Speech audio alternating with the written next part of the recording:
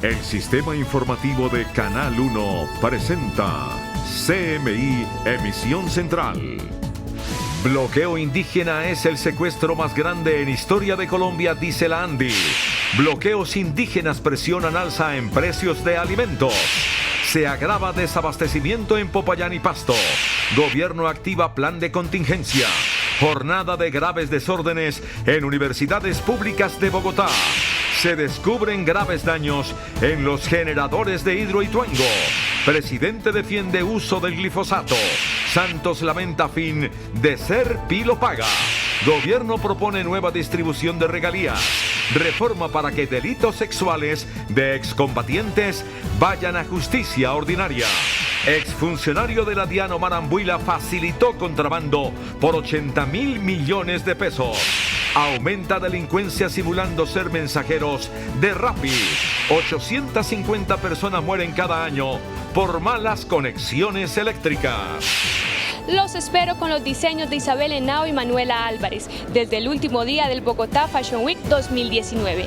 Además, con la prohibición en Francia de algunos implantes mamarios porque al parecer producen cáncer. Nos vemos al final de la emisión. Buenas noches. Nuestros secretos de hoy. 1. Alianza del Centro Democrático, Cambio Radical y el Partido Liberal para reforma a la salud. 2. Relevo en la gran tienda del Estado. 3. Presentado el proyecto de decisión de la JEP sobre la extradición del exguerrillero de las FARC, Jesús Santrich. Y tengo ñapa. ¿Quieren saber por qué el alcalde de Bogotá no aparecía? Santa María. 1, 2, 3. Y mi ñapa, Santa María, al cierre. Con Inés María Sabaraín y Margarita Ortega. Buenas noches.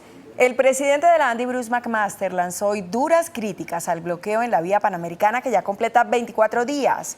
Calificó como el secuestro más grande en la historia de Colombia lo que viven las comunidades del suroccidente del país. Las pérdidas son millonarias. El presidente de la ANDI cuestionó que en la protesta indígena que inició el pasado 11 de marzo se estén causando graves consecuencias, principalmente en la movilidad de casi 2 millones de colombianos que necesitan desplazarse por las carreteras del suroccidente del país. Es un secuestro colectivo lo que está sucediendo hoy en día. Es el secuestro colectivo más grande probablemente que se haya dado en la historia de Colombia. Las pérdidas aumentan cada día, afectando a la industria pesquera y a la hotelería principalmente. Estaba hablando de que había cuantificación de pérdidas de cerca de 2.000 millones de pesos diarios. Estamos hablando ya de 20 cuántos días, dicen 25, 26 días. Entonces ya ustedes lo único que tienen que hacer es multiplicar. Estamos hablando de 50.000, 60.000 millones de pesos hasta ahora.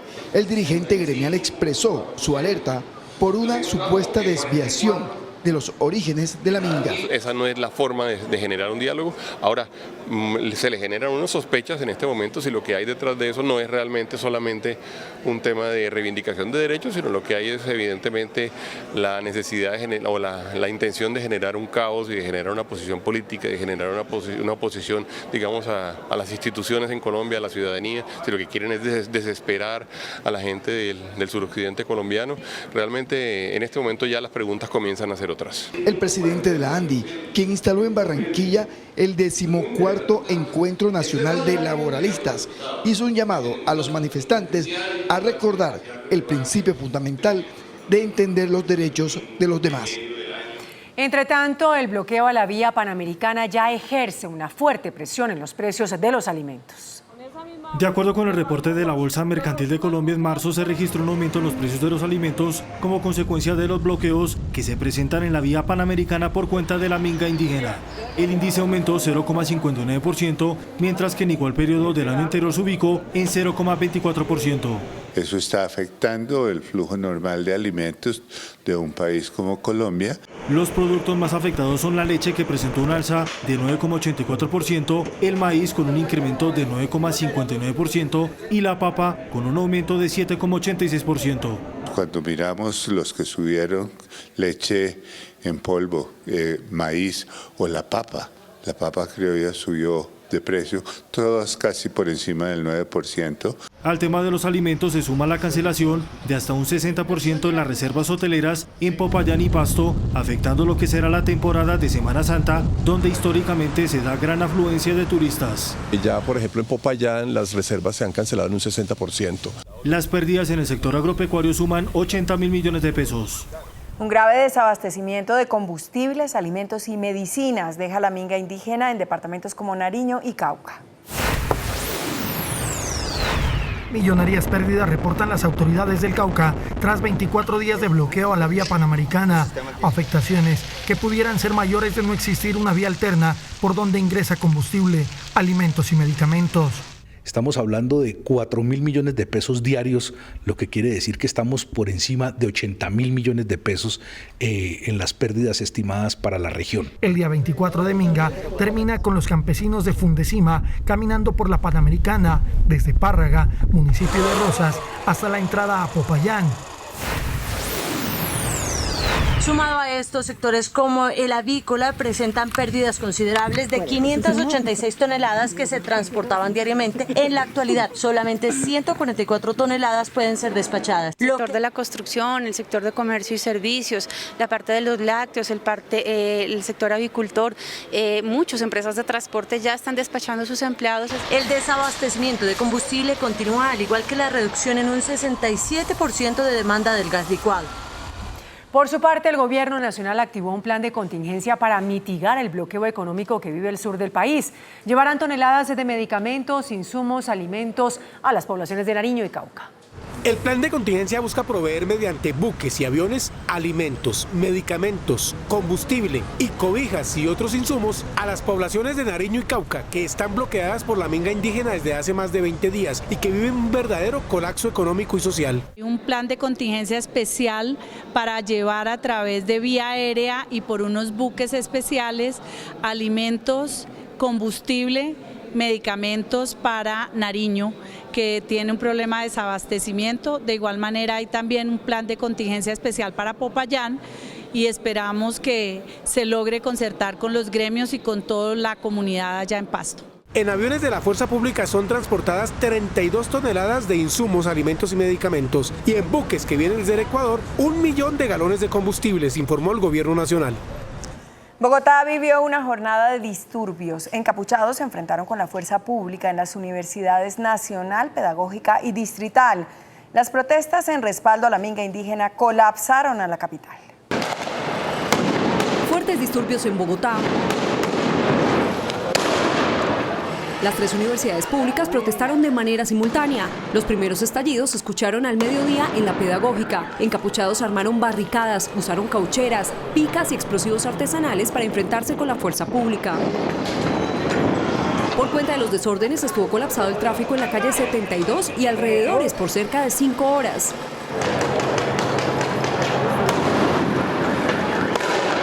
En la Nacional, el panorama no fue diferente. Con gases lacrimógenos y chorros de agua, las autoridades le hicieron frente a los manifestantes que bloquearon la carrera 30 y la calle 26.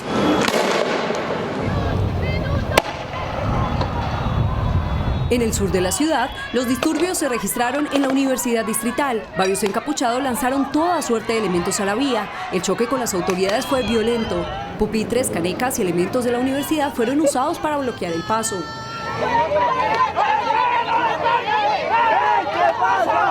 Las protestas de las universidades públicas en respaldo a la minga indígena no dejaron heridos ni capturados. Al colapso vial por los disturbios se le sumó el caos generado por el volcamiento de un vehículo en la autopista norte. Un árbol caído en el centro de la ciudad y el accidente de un bus provisional en la localidad de Chapinero. Técnicos de EPM hallaron graves daños en los generadores del proyecto de Hidroituango tras la inundación de la casa de máquinas. Después de 10 meses de soportar la presión de 750 metros cúbicos de agua por segundo y luego de desinundarse, así se ve hoy la casa de máquinas de Hidroituango. Bien la estructura de la caverna, no tanto los equipos por valor de 110 millones de dólares. Obviamente las unidades 1 y 2 tienen un gran deterioro, sobre todo en los concretos que tienen que ver con las turbinas, que es por el lugar donde están los tubos, por dentro del agua. Además de la casa de máquinas, 5 galerías de acceso como estas estuvieran completamente inundadas. una socavación se halló cerca a Casa de Máquinas. Se va a hacer un estudio patológico de cómo está la estructura en este momento. Nosotros la vemos pues parada, bien, pero ya los especialistas mirarán qué refuerzos hay que ponerle, si es necesario o no es necesario. Hidroituango está en un 70% de la construcción. Para 2021 pretende generar energía. En este momento el estimado del valor del proyecto es de 14.2 billones de pesos. El presidente Iván Duque reclamó nuevamente a la Corte Constitucional autorización para el uso de glifosato en la erradicación de cultivos ilícitos. En un acto de conmemoración del Día Mundial de Sensibilización por las Minas Antipersonales en la población tolimense de Icononso, el presidente Iván Duque hizo un nuevo llamado a la Corte Constitucional para que permita el uso del glifosato en la erradicación de los cultivos ilícitos. Respetando el debate público, fuimos a la Honorable Corte Constitucional a presentar un caso para que tengamos también la posibilidad de utilizar todas las técnicas necesarias de aspersión con suficiente responsabilidad, pero no exponer a nuestros héroes a que sigan cayendo en campos minados. En Icononso, el presidente Duque hizo entrega simbólica de las certificaciones de otros 75 municipios libres de minas antipersonales. Estamos dándole una buena noticia al país y son 75 nuevos municipios que ya están liberados de esta abominable amenaza. Además, los departamentos de Atlántico, Magdalena, Quindío y Amazonas están libres de minas antipersonales. El gobierno, Naciones Unidas, 10 embajadores y empresarios colombianos ratificaron hoy a los desmovilizados de las FARC su pleno respaldo a los proyectos productivos para su total reincorporación y el fortalecimiento del posconflicto. El presidente Iván Duque dio esta noche un parte positivo del avance del posconflicto al terminar una visita al espacio territorial de Icononso en compañía de empresarios colombianos y diplomáticos de varias partes del mundo. Creo que esta es una demostración que la comunidad internacional, el gobierno, las Naciones Unidas, estamos avanzando con paso firme en este proceso de reincorporación. Lo más importante desde la óptica de Naciones Unidas es una vez más la reiteración y la claridad del compromiso del gobierno del presidente Duque en voz de la más alta autoridad del gobierno, que es el propio presidente, que han estado comprometidos con el proceso, que apoyan los procesos de reincorporación de diferentes maneras, políticamente y también a través de contribuciones muy importantes. El presidente Duque sostuvo un diálogo franco con los desmovilizados y atendió todas las inquietudes que tienen sobre el futuro de los acuerdos de paz, aseguró el delegado de la ONU. El expresidente y Premio Nobel de Paz, Juan Manuel Santos, quien encabezó en la Universidad de los Andes la graduación de 81 estudiantes del programa Serpi lo Paga, lamentó los cambios hechos a ese programa por el gobierno Duque. El discurso del Premio Nobel de Paz y expresidente en la Universidad de los Andes comenzó lamentando que el gobierno Duque decidiera reemplazar el programa Serpi lo Paga. Serpi lo Paga ha sido reemplazado por otro programa que privilegia el subsidio para los estudiantes que opten por universidades públicas y aumentó las exigencias para ser beneficiario. Es una lástima. Luego dijo que a pesar de todo no caerá en el espejo retrovisor. Me he propuesto, como ustedes saben, por el bien de la democracia y la gobernabilidad del país, no caer en la tentación de responder al espejo retrovisor, ni interferir en el trabajo o las ejecutorias de mi sucesor. Ya sufrí yo bastante lo que eso es. Santos también aprovechó para defender el proceso de paz con el grupo FARC. A muchos no les importaba que el pabellón de heridos de combate del hospital militar permaneciera lleno, porque esos jóvenes no eran sus amigos ni de su familia. El exmandatario, sin dar nombres, aseguró que entonces y aún hoy hay quienes prefieren una guerra perfecta a una paz imperfecta. El Gobierno Nacional radicó un proyecto de acto legislativo para que los delitos sexuales contra menores de edad cometidos por miembros de guerrillas vayan a la justicia ordinaria y no puedan ser relacionados con el delito político. La reforma, que busca modificar el artículo 44 de la Constitución, fue radicada por la ministra de Justicia, Gloria María Borrero. La ministra del Interior, Nancy Patricia Gutiérrez, explicó que a partir de la vigencia de la reforma, los combatientes de grupos armados que hayan abusado sexualmente de niños y adolescentes serán castigados por la justicia ordinaria y no por la Jurisdicción Especial para la Paz. El procurador general Fernando Carrillo reveló que está indagando si la familia Ambuila está implicada en operaciones de contrabando superiores a los 80.000 millones de pesos. Según la investigación de la Procuraduría, las redes de contrabando en el país estarían implicadas en movimientos de mercancías superior a los 25 millones de dólares. En el caso de la familia Ambuila, señalada de recibir sobornos, se calcula que están comprometidos más de 80.000 millones de pesos producto de la corrupción. Una acción conjunta, y lo estamos proponiendo en el día de hoy, una acción de la Fiscalía, de la Procuraduría y de la Contraloría. La Contraloría envió una comisión especial para revisar la situación en la DIAN. Para la verificación de todos estos temas, ustedes han visto, y lo dijimos hoy, 1.8 billones de pesos sobre procesos que hemos venido rastreando en el exterior. Las declaraciones de Carrillo y Córdoba se dieron al término de un foro sobre persecución de bienes producto de la corrupción. El gobierno de Estados Unidos cancelará la visa a más de 2.000 colombianos quienes la habrían solicitado con información falsa y procedimientos fraudulentos. 3 personas fueron capturadas. La banda Sos Grande era liderada por esta mujer quien, según los investigadores, no solo elaboraba y documentaba con su hijo falsos perfiles para solicitantes, sino que los adoctrinaban para actuar y mostrarse como personas con alta calidad de vida ante los cónsules. Incluso en algunas ocasiones formulaba o diagnosticaba unos antidepresivos de forma tal que la persona no estuviera nerviosa al momento de la entrevista con el cónsul. Son 2.200 colombianos a los que el gobierno de Estados Unidos les cancelará la visa por falsedad en documento. La sección consular de los Estados Unidos va a revocar estas visas y, por supuesto, está considerando la solicitud de extradición de esta estructura delincuencial. La investigación adelantada por la DIJÍN fue apoyada por la Agencia de Seguridad Nacional de Estados Unidos y su Servicio de Inmigración. 12 directivos de la empresa de venta de oro CI Metales tendrán que responder ante la justicia por un presunto lavado de dinero cercano a los 2 billones de pesos, producto de operaciones de minería ilegal. La Fiscalía detectó que la empresa CI Metales utilizó una sofisticada estrategia para lavar dinero producto del tráfico de minería ilegal. Todo es ficticio, todo es mentiroso, pero lo único verdadero son los recursos dinerarios que están acumulando. La Fiscalía llamó a imputación a 12 directivos de la compañía quienes son señalados de lavar cerca de 1,9 billones de pesos. El fiscal incluso advierte que los grupos delincuenciales están obteniendo mayores ganancias del tráfico de oro que de la comercialización de marihuana y cocaína. Una joven fue atracada por un presunto rapitendero. El delincuente vestido de domiciliario la arrastró por el suelo por robarle el celular. La empresa denuncia su plantación.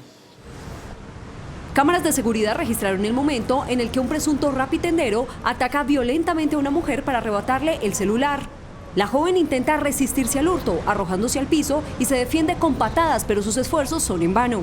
El ladrón emprende la fuga logrando el cometido.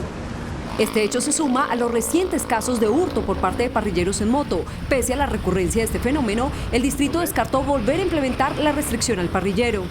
En este momento no estamos valorando esa posibilidad, sin embargo, seguiremos trabajando para la identificación de los responsables. La empresa Rappi, a través de un comunicado, rechazó el hurto violento y aclaró: rechazamos enfáticamente que personas inescrupulosas utilicen nuestra marca de manera ilegal. Quien cometió este hecho no está relacionado de ninguna manera con la plataforma. No es la primera vez que se presenta un robo por parte de quienes dicen ser domiciliarios de esta empresa, que se declara víctima de la suplantación por parte de los delincuentes. El presidente de Estados Unidos, Donald Trump, amenazó hoy a México con una guerra de aranceles a la industria automotriz si ese país no frena el flujo de inmigrantes y drogas ilegales. Las constantes amenazas del presidente de Estados Unidos, Donald Trump, de cerrar la frontera sur con México, hoy terminaron con el plazo de 1 año para que la nación azteca detenga el flujo migratorio y el tráfico de drogas antes de que Estados Unidos tome alguna acción. So we're doing it to stop people. We're going to give them a 1-year warning, and if the drugs don't stop or largely stop, we're going to put tariffs on Mexico and products, in particular cars. En respuesta, el gobierno mexicano le pidió al líder republicano abordar por separado cada uno de los temas. Por un lado, la migración y por otro, los comerciales. La ministra de Minas y Energía, María Fernanda Suárez, radicó el proyecto que busca reformar el sistema general de regalías.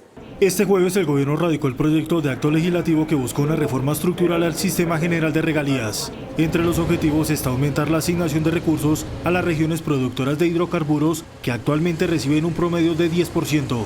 La idea es destinar entre el 30 y el 50%.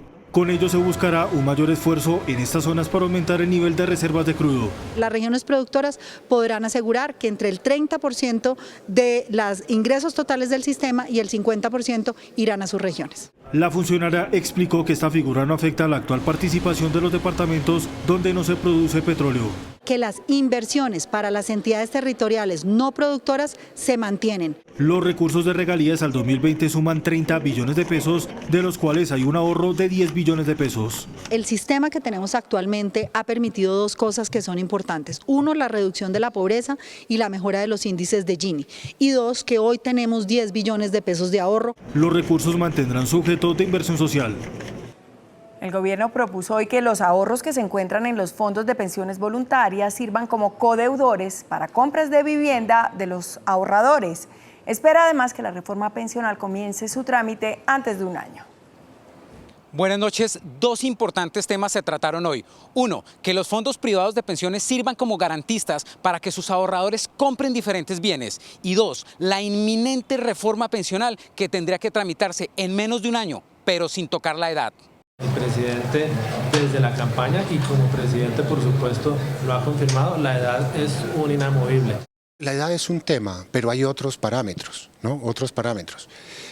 La tasa de cotización a la cuenta individual va 11.5%, entonces ahí tenemos un espacio. También se ajustaría el régimen de pensiones voluntarias. Lo que estamos diciendo es no solamente que una AFP pueda administrar fondos de pensiones en sí misma, sino que pueda generar otro mecanismo adicional de ahorro. Habría que buscar mayor flexibilización para que también pueda ser para créditos hipotecarios. Incluso se propuso pensar en abrir cuentas en fondos de pensiones para menores de edad. ¿Qué tal si nosotros abrimos la ventana para que las personas puedan ahorrar desde mucho antes de vincularse laboralmente? Adicionalmente se conoció que en la población urbana se ahorra el 50% en efectivo y tan solo un 27% en bancos. Y en la población rural el 82% es en efectivo y tan solo el 16% se ahorra en bancos. Durante una audiencia pública se denunció que más de 800 muertes se registran al año por mala manipulación de las conexiones eléctricas. Más de 350.000 técnicos electricistas trabajan ilegalmente. Durante una audiencia sobre energía renovable, los encargados de certificar los técnicos electricistas del país denunciaron que más de 800 personas mueren por malas conexiones eléctricas. 800 personas muertas en accidentes eléctricos anualmente. Eso no ha bajado desde el año 2012 que comenzaron las primeras estadísticas. Y es que aunque hay 125.000 técnicos legales, los ilegales los superan. Estamos hablando de unos 350.000 técnicos electricistas en Colombia que están trabajando bajo la ilegalidad. Sobresalen entre ellos todos los técnicos electricistas en telecomunicaciones. La estadística de muertos podría aumentar, pues Medicina Legal no especifica estos decesos. Se conoció hoy una carta del Contralor Felipe Córdoba al ministro de Agricultura Andrés Valencia en la que plantea algunos cuestionamientos a la medida de retornarle a Fedegan el manejo del Fondo Nacional del Ganado. En la misiva, el Contralor considera que ese proceso debió darse mediante una licitación y no con un contrato directo adjudicado por Fedegan. Esta noche el Ministerio de Agricultura explicó en un comunicado el por qué le regresó el manejo del Fondo Nacional del Ganado a Fedegan, federación que el propio ministerio considera que funciona como una estructura democrática para la toma de decisiones.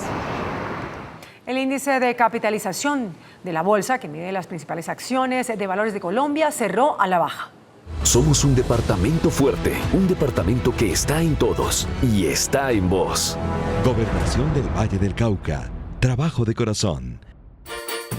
El índice de capitalización de la Bolsa de Valores de Colombia bajó 0,03% a 1.590 puntos. La acción de Bancolombia fue la que más subió con una valorización de 2,35% a 40.060 pesos. La acción de Enca fue la que más cayó con una pérdida de 4,09% a 7 pesos con 50 centavos. La acción más negociada de la jornada fue la de Ecopetrol al movilizar más de 25.000 millones de pesos.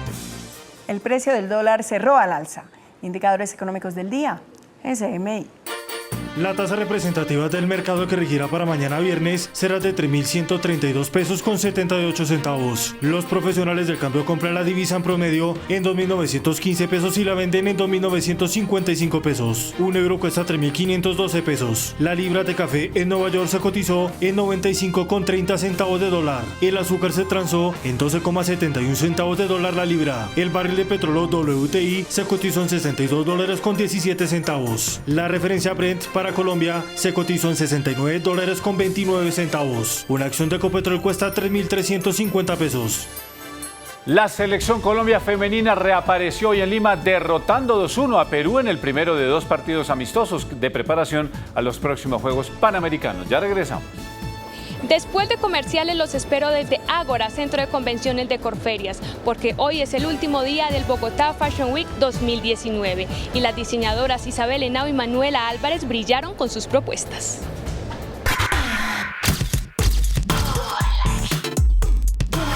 Muy buenas noches para todos ustedes, bienvenidos a las noticias del entretenimiento en la emisión central de CMI. Los saludo desde Ágora, Centro de Convenciones de Corferias, porque hoy es el último día del Bogotá Fashion Week 2019. Las diseñadoras Isabel Henao y Manuela Álvarez presentaron sus colecciones en homenaje a la naturaleza y la espiritualidad. Inspirada en la búsqueda espiritual de los seres humanos, la diseñadora Manuela Álvarez presentó su colección Ojos de Dios, creaciones enfocadas en la sastrería contemporánea. Se llama Eyes of God. Vimos un mix de varios tejidos, vimos un mix de varios materiales, vimos un mix de una paleta color que se rompía por unos cobrizos y unos metálicos súper interesantes, súper de temporada. El Ojo de Dios o Eyes of God lo que trata de decir es que cada mujer labra su camino, pero siempre hay algo como un amuleto de protección en sus espaldas que lo guía. Isabel Henao observó cada detalle de la mariposa para sus diseños, un vuelo sutil por las pasarelas. Nos inspiramos en la idea de ver muy de cerca las alas de una mariposa a través de un fotógrafo increíble que vimos en las fotografías macro, y nos encantó la idea de ver las alas de mariposa tan de cerca que parecían casi una estructura de una armadura, pero muy sutil. Tenemos unos jacquards maravillosos entretejidos en hilos metalizados, tenemos un tul bordado con pétalos de terciopelo y también terciopelos de seda muy exquisitos para esta colección. Dos talentosas mujeres del diseño colombiano que brillaron en el último día del Bogotá Fashion Week 2019. Las autoridades sanitarias de Francia decidieron retirar del mercado algunos implantes mamarios. Al parecer, producen cáncer. La agencia francesa que controla la venta y uso de productos sanitarios prohibió varios implantes mamarios por su potencial riesgo de provocar cáncer. Se trata de algunos que en su superficie tienen poliuretano. Cuando hablamos de implantes de senos tenemos dos tipos de implantes, un implante liso y un implante texturizado. Después de que hubo un estudio que duró 10 años, que si el hecho de que una mujer tuviera implantes de senos aumentaba o no el riesgo de una enfermedad que se llama linfoma anaplásico de células gigantes. Al terminar el estudio se mostró que no había aumento significativo de esa enfermedad si uno tenía un implante o no tenía un implante. Pero lo que llamó la atención es que la mayoría de esos implantes eran prótesis texturizadas. Con eso empezaron a hacer más estudios, empezaron a informar a los médicos sobre esta enfermedad. No todas las prótesis de senos tienen texturización, primero, y no todas las texturas de las prótesis de senos tienen esta macrotexturización. Eso es muy importante para la gente, porque entonces ahora todas van a decir, no, voy a salir corriendo a quitármelas. Pero eso no sería correcto. Lo que ellos dicen es que prefieren que no se vuelvan a poner y que tienen que hacerse más chequeos. Precisamente murió hoy en Francia Jean-Claude Ma, el creador de las prótesis mamarias fraudulentas que fueron comercializadas en América Latina. Luego de permanecer 2 semanas hospitalizado en Madrid, España, el músico argentino Alberto Cortés falleció hoy a los 79 años. En un rincón del alma me duelen los te quiero. Alberto Cortés era conocido como el gran cantautor de las cosas simples, pero quizás uno de los éxitos más grandes del argentino fue esta canción. A mis amigos les adeudo la paciencia de tolerarme las espinas más agudas. Muchas de sus melodías se basaron en hechos y personajes reales, o simplemente en sentimientos y adversidades a lo largo de su vida. A partir de mañana empezaré a morir la mitad de mi muerte.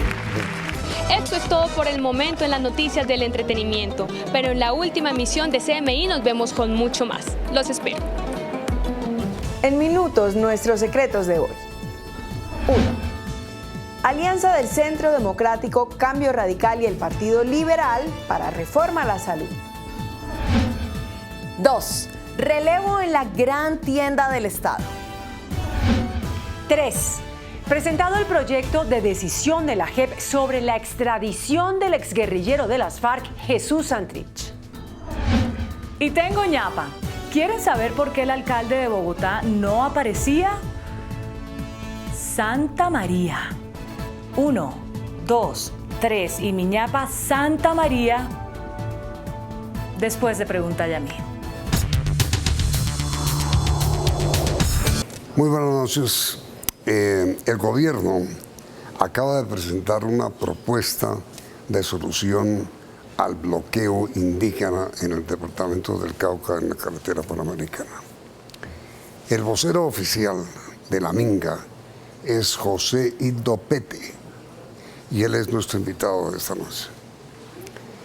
A ver, señor Pete, ¿en qué consiste la propuesta que hizo hoy el gobierno? La propuesta que presenta el señor presidente de la República ante la Minga, más que una propuesta, hace un llamado donde manifiesta tener voluntad de diálogo, pero que la Minga considere o reconsidere el desbloqueo de la vía, que una vez desbloqueado, él estaría en el departamento del Cauca. Es lo que hace el llamado el día de ayer, 3 de abril, pero ¿qué necesita la Minga?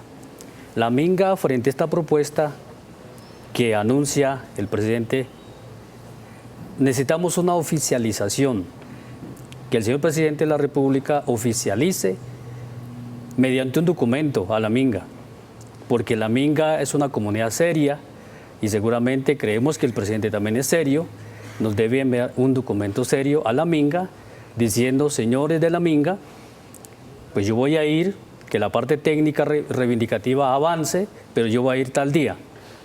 Con eso, la Minga estaría muy atento, pues reconsiderando esa posibilidad. Es decir, lo que usted afirma es, si el presidente en un documento oficial, no en una declaración, sino en un documento, promete ir a hablar con ustedes, si ustedes levantan el paro, ¿ustedes están dispuestos a levantarlo? Precisamente, vuelvo y reitero, el llamado que ha hecho el presidente, son llamados, no son oficiales, o mejor dicho, en una interlocución presidencial o mediante un oficio oficial diga, señores de la Minga, teniendo en cuenta que llevamos tantos días, 25, 26 días, pues hagamos lo siguiente, yo voy a ir, por lo tanto... Sí, por eso, pero mi pregunta es, si el presidente produce el documento, ¿ustedes están dispuestos a levantar el bloqueo? Se reconsidera después del oficio, lo que ha dicho la Minga. Es decir, si el presidente envía el documento, no declaración, pues sino el documento, ustedes levantan el bloqueo. Precisamente la Minga reconsidera inmediatamente, porque así como los ministros consultan al presidente, hay una comisión política en la Minga, voceros que interlocutan con la ministra, inmediatamente hacen una asamblea extraordinaria y pues verificarían después que haga ese pronunciamiento oficial de parte del gobierno. Y entonces, ¿quién toma la decisión en la Minga? En la Minga, pues como su nombre lo dice, la Minga es de todos, pero habrían unas orientaciones. Pero Minga no es una reunión para... No, la Minga son comunidades, sí. Niños, jóvenes, adultos, pero en este caso son adultos, jóvenes, autoridades, que en este caso son 126 gobernadores indígenas, con ellos se reúnen, hacen una asamblea extraordinaria y dicen, mira, aquí hay un pronunciamiento del gobierno, aquí hay un oficio oficial del presidente de la República, entonces hay que reconsiderar. Es decir, si se produce el documento, ¿ustedes convocarían inmediatamente una asamblea de todos los gobernadores para decidir? Así es.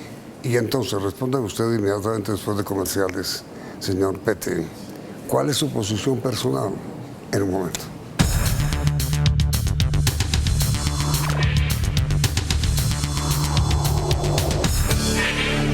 Le pregunto a Hildo Pete, quien es el vocero oficial de la Minga, si el presidente produce documento oficial anunciando oficialmente en un documento que si ustedes levantan el bloqueo, él va a reunirse con ustedes partidarios de que la Minga, de que las comunidades indígenas que están bloqueando levanten el bloqueo. Personalmente lo harían. Sí. ¿Por qué? Porque pues es que no solamente la Minga está esperando. La Minga está compuesto por indígenas, sí, por campesinos y afros, y los que no tienen la Minga, pues obviamente también van a sentirse que bueno que viene a atender a la Minga, de manera que no solamente la Minga estaría en condición, la Minga feliz porque va a venir el presidente, y los sectores... Por margen de la felicidad, es decir, esa sería la solución. Eso sería la solución. Ahora, ¿por qué ustedes no han aceptado la propuesta verbal que el presidente ha hecho en muchas ocasiones? A ver, primero que todo porque nosotros no nos dirigimos individualismo. Cuando se hace un escenario como estos, nosotros siempre hablamos de la colectividad. Cuando se mandó una agenda de trabajo o la invitación al presidente de la República, él responde y dice el lunes, tal fecha, presentes en la Casa de Nariño. Sí. Es cierto, hay unos 9 consejeros que representan el movimiento indígena, pero esos 9 consejeros no deciden por todos los 126 gobernadores. Por lo tanto, no se presentaron porque allá hay unos mandatos, y el mandato era que debía ser la Minga, por lo tanto, debía llegar el presidente para hacer un debate político estructural de gobierno a gobierno. Sí, pero con todo... Por eso no vinieron. El lunes, 8 días antes, invitó el presidente, pero no vinieron los consejeros porque los 9 consejeros no podían decidir por 126 gobernadores. Sí, no, pero mi pregunta es, ¿por qué razón ustedes no han considerado siquiera la posibilidad de levantar el bloqueo cuando el presidente ya les dijo públicamente que irá, si ustedes levantan el bloqueo, ¿por qué no lo han hecho? Porque ha habido una historia. A ver. En el 2006, en su momento cuando estaba el presidente Uribe, hoy expresidente, nos dijo lo mismo, abran la vía, y se abrió un corredor humanitario, entró la fuerza pública y nos acabó con todo.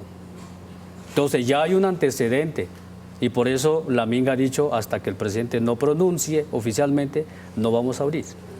Es decir, en conclusión, se abre ya una puerta real de solución. Si el presidente les envía el documento, ustedes levantan el bloqueo. Precisamente esa es la razón. ¿Ustedes no sienten preocupación por la situación tan grave que están provocando en esos departamentos? En algunos sectores no entienden, y le quiero decir en este medio, don Yamil, que usted es el que siempre ha estado en este escenario, tenemos como garantía la vía, tenemos todos los artículos constitucionales reconocidos, ratificados por organizaciones internacionales, pero en la operatividad no existe tal como dice la Constitución. Y lo que hemos ganado hoy, los 48 años de existencia organizativa, lo hemos conseguido a manera de reivindicaciones, pero así, en esa forma. Señor Pete, la pregunta final. En el Senado de la República anoche hubo un debate, ayer hubo un debate, en donde varios senadores y senadoras del Centro Democrático le pidieron al ministro de Defensa que interviniera a la fuerza. ¿Qué ocurriría, qué pasaría si eso se presenta? Bueno, pues lo que hoy, lo dice usted, don Yamil, el Centro Democrático lo que quiere es sembrar odio. Y por eso están las objeciones de paz. Hoy en el tema de los acuerdos de paz. No se quiere vivir en paz, sino en la continua guerra. Si ellos atacan a la Minga militarmente, pues hombre, nos van a acabar. Entonces están violentando contra el derecho internacional humanitario. De manera que nosotros, pues, sería unos armados dándole fuego a los que no tienen arma. Porque la Minga, es cierto, tenemos unos palos, hay unos palos de representación, pero no hay armas allá en la Minga. Señor Vete, muchas gracias y les deseo de todo corazón, como supongo yo que lo desea todo el país, que esta puerta que se abre hoy, aunque abren ustedes hoy, pidieron al presidente que oficialice su propuesta, falla y se dialogue para levantar el bloqueo, se cumpla.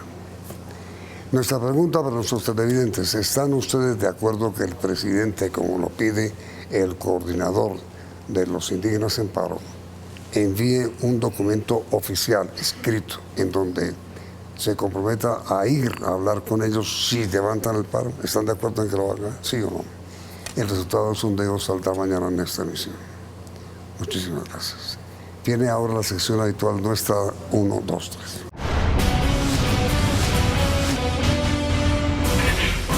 Nuestros secretos de hoy. 1. Los liberales, Cambio Radical y el Centro Democrático ponen en práctica su alianza y lideran la reforma a la salud. Varias reuniones ha realizado el ministro de Salud, Juan Pablo Uribe, con los senadores Álvaro Uribe Vélez, Fabián Castillo de Cambio Radical y el representante liberal José Luis Correa. Aunque han radicado por separado reformas a la salud, la idea es unificar las iniciativas y presentar un gran proyecto que obtenga mayorías aseguradas. Ya hay consenso en varios aspectos estructurales, pero existen algunas diferencias particulares que empezarán a socializar en foros regionales que comienzan el próximo lunes en Barranquilla. Por ser de su región, el senador de Cambio Radical, Fabián Castillo, liderará el encuentro. Posteriormente se realizarán eventos en Antioquia y Valle del Cauca. A los dos asistirá el expresidente Álvaro Uribe. 2. La Agencia Nacional de Contratación Pública Colombia Compra Eficiente, considerada como la gran tienda del Estado, a través de la cual se canalizan la gran mayoría de contratos oficiales, estrenará director. El escogido es el abogado de la Universidad Sergio Arboleda, José Andrés Omeara. Es conocido porque postuló su nombre para la Contraloría General de la República y obtuvo los mayores puntajes en las pruebas académicas adelantadas en su momento por la Universidad Industrial de Santander. La designación es clave porque por medio de Colombia Compra Eficiente, el Estado gasta cerca de 100 billones de pesos anuales en contratos.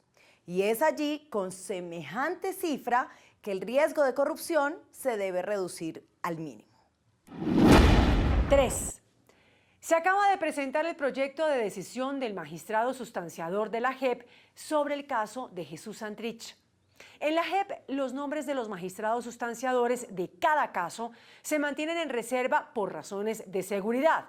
Tampoco se conoce el sentido del informe ni hay un término para que se tome la decisión.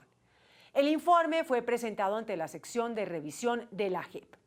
La propuesta del magistrado será votada en los próximos días por los 5 magistrados de esa sala.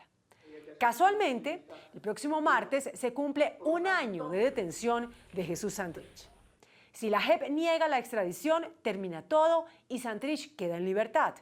Si la aprueba, el asunto pasa a la Corte Suprema de Justicia para el aval final antes de enviarla al presidente de la República para su ejecución. Y tengo ñapa. ¿En dónde está el alcalde Peñalosa? Al mandatario local no se le veía desde mediados del mes de marzo. A todos los eventos asistía como alcalde encargado Raúl Buitrago, secretario general de la alcaldía. Incluso fue Buitrago quien hizo la rendición de cuentas de Peñalosa. El alcalde atendió una invitación del Banco Interamericano de Desarrollo, BID, para que asistiera a la asamblea anual de esa entidad en China. El BID invitó a varios altos funcionarios y periodistas porque allí se elegiría a Colombia como sede de la próxima asamblea el año entrante. Una semana antes de la asamblea, el gobierno chino se negó a concederle la visa al señor Ricardo Hausmann, delegado del presidente interino de Venezuela, Juan Guaidó. China dijo que el representante de Venezuela era el delegado del presidente Maduro. Estados Unidos protestó y anunció que no asistiría a la asamblea. Ante eso, el banco decidió cancelarla. Pero el alcalde Peñalosa ya había viajado y se encontraba en Madrid. Ante la sorpresiva y sorprendente decisión, Peñalosa canceló su viaje a China, pero siguió en Madrid y en París. Como decía el comercial, Rico, ¿no, don Pepe?